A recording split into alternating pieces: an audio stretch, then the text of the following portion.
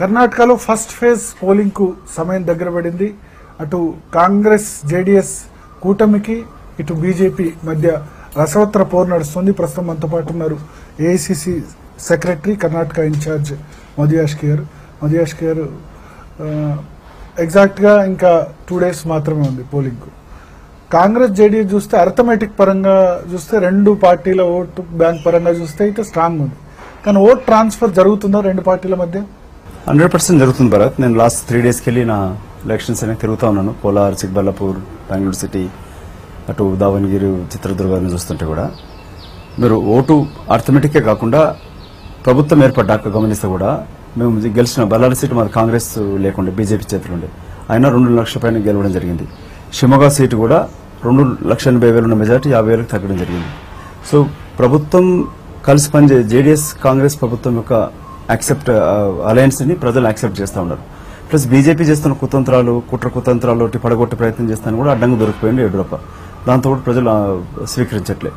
బెంగళూరు నగరానికి వస్తే కూడా మీరు రాఫెల్ జరిగిన అవినీతి, ఇటు హెచ్ఏఎల్ ఉద్యోగాలు పోవడంతో ఇటు ప్రజలలో కూడా Bengaluru sensitive, politically very sensitive ఉన్న ఏరియా. అన్నిటికన్నా ఇంకా ముఖ్యంగా ఏంటంటే ఒక మినీ భారత్ లాగా ఉంటుంది. ఇక్కడ మా తెలుగు, తమిళ్, కన్నడ స్పీకింగ్, మలయాళీ స్పీకింగ్ ప్రజలు ఉన్నారు. మైనార్టీలు, ముస్లిమ్స్ కూడా చాలా సంఖ్యలో ఉంటారు. ఇక్కడ చాలా చోట్ల మన తెలుగు సినిమాలు నడుస్తుంటాయి, కన్నడ సినిమాల కన్నా కూడా. సో ఇదొక మిశ్రమ కలయిక, సౌత్ ఇండియా అంతా కూడా కలిసి ఉంటుంది ఇక్కడ అంతా కూడా. సో ఇట్లాంటి తరుణంలో కాంగ్రెస్ జేడీఎస్ కలయిక కూడా జిల్లా స్థాయిలో నేను 3 రోజుల నుంచి చేస్తున్న ప్రయత్నం అది.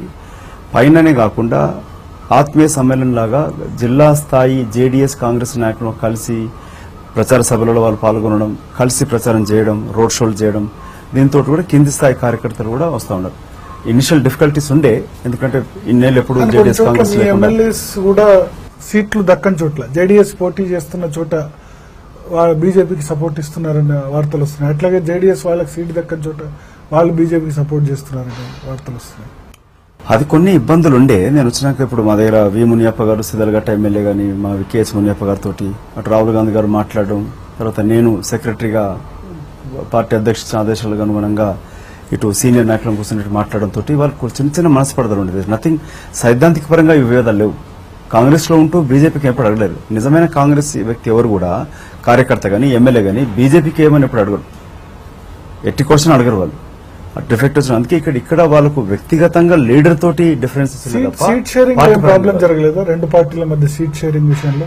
అది ఇనిషియల్ జరిగింది. కొంచెం మీ సిట్టింగ్ సీట్స్ వాళ్ళు తీసుకోవడం, వాళ్ళ సిట్టింగ్ సీట్స్ మీరు తీసుకోవడం.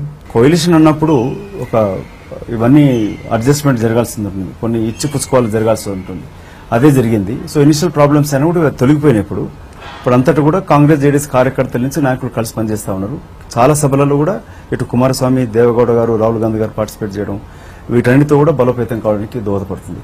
సో బీజేపీ ఓవరాల్ గా వీక్ అయిపోయింది. 2014 కన్నా ఇప్పుడు చాలా వీక్ అయిపోయింది. అది వాళ్ళ ఎన్నికల సరళి చూసినా కూడా తర్వాత క్రమంలో కూడా మోదీ గారి ప్రభావం తగ్గడమే కాకుండా వారిపైన ఇప్పుడు ప్రజలలో నమ్మకం కూడా పోయింది. మోసం చేస్తున్నాడు, అవినీతి పాల్పడుతున్నా అనేది ప్రజల్లో బలంగా ఏర్పడింది.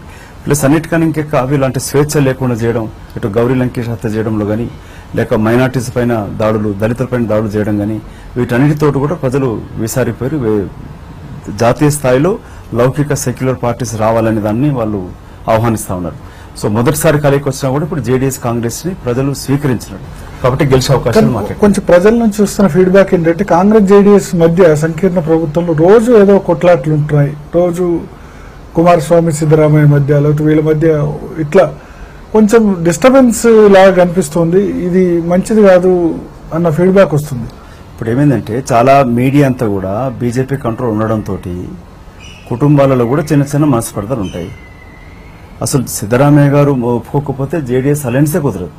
వారు జేడీఎస్కి వెళ్ళొచ్చాక 37 మంది ఉన్న ఎమ్మెల్యేలకి 80 మంది గెలిచిన కాంగ్రెస్ పార్టీ ముఖ్యమంత్రి పదవి ఆఫర్ చేయడం అనేది అదొక పెద్ద అడ్జస్ట్మెంట్. అది సాక్రిఫైస్ అనే కాకుండా అంటే జాతీయ స్థాయిలో బీజేపీ మతతత్వ పార్టీలను అడ్డుకోవాల్సిన అవసరం ఉంది, బీజేపీని ఇక్కడ ఆపాల్సిన అవసరం ఉంది. జాతీయ కర్ణాటక భవిష్యత్తు దృష్ట్యా కూడా 5 ఏళ్లు జరిగిన అభివృద్ధిని ఆపడానికి చేస్తున్న ప్రయత్నాన్ని అడ్డుకోవాల్సిన అవసరం ఉంది కాబట్టి ఆ ప్రయత్నం జరిగింది.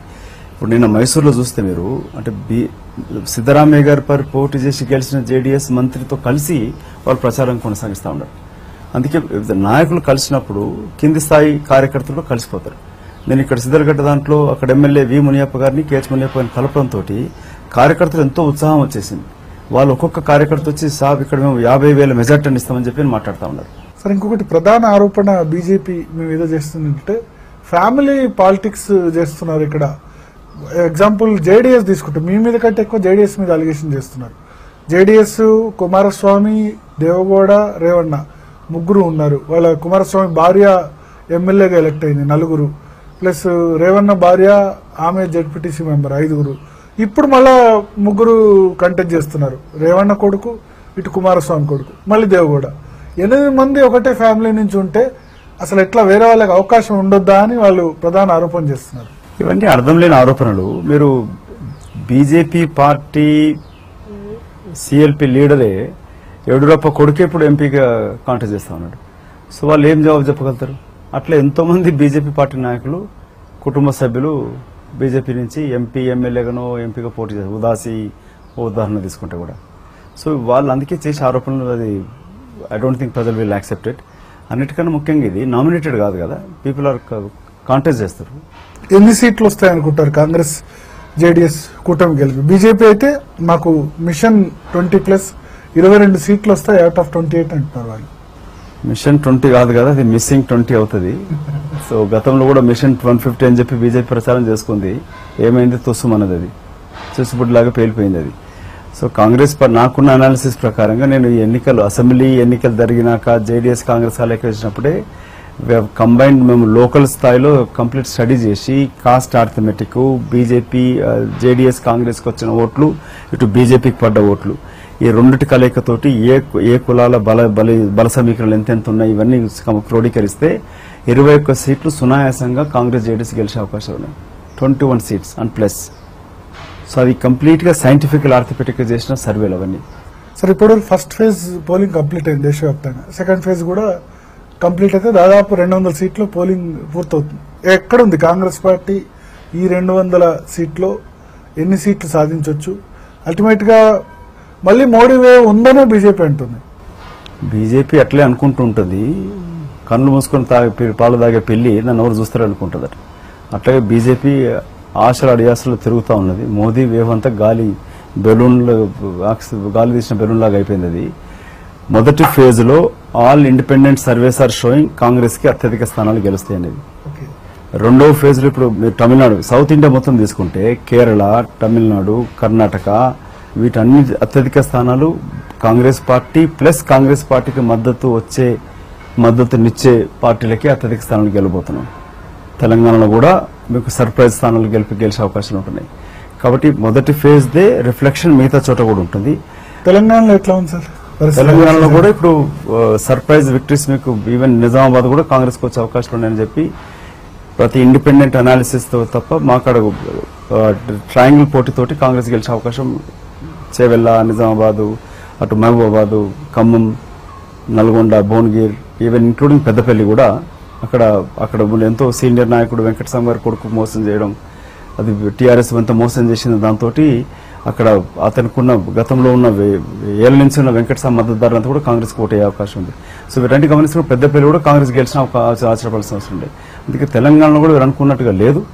సో స్థానాలు విడివిడి అవుతుంది. అక్కడ అనుకున్న దానికన్నా ఎక్కువ కూడా కాంగ్రెస్ గెలిచే అవకాశాలు కనబడుతుంది. సో వీరంటి గమనిస్తే మీరు కాంగ్రెస్ యొక్క యూపీఏ థర్డ్ ఏర్పడే అవకాశాలు ఎక్కువ ఉన్నాయి. యూపీలో మినిమం 52 సీట్స్ ఎస్పీ, బీఎస్పీ గెలుస్తాయి అంటున్నారు. దాంతో బీజేపీకి తగ్గినట్టే కదా.